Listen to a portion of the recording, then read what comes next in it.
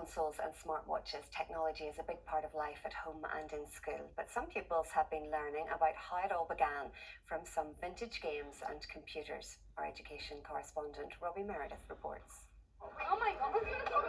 It's the computing equivalent of finding fossils.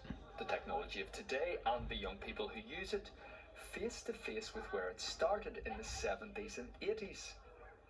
These pupils at Wellington College in Belfast have been trying their hand at games that were once household names, like Donkey Kong and Manic Miner. So how have they found playing with history? It does seem basic, but it is still fun to play nonetheless. In fact, it can be better than some of the other games that are currently around. It's fun, difficult. Not like most games I've played, but it's definitely fun. Next to them, football, or an early virtual version of it.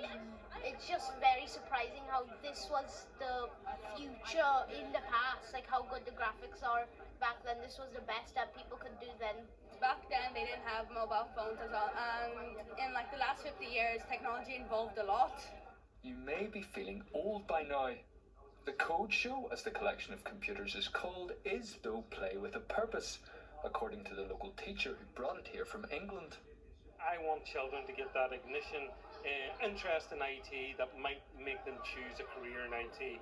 The Northern Ireland Skills Barometer tells us that we don't have enough IT qualified people coming out of school and being able to go into IT jobs at the end of the day.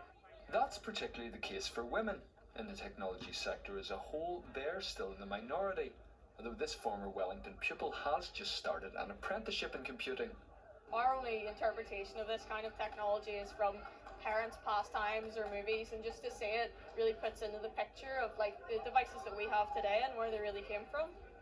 Who knows exactly what technology today's young people like Sophie will create in future, but they'll still owe a debt to the pioneers of the past.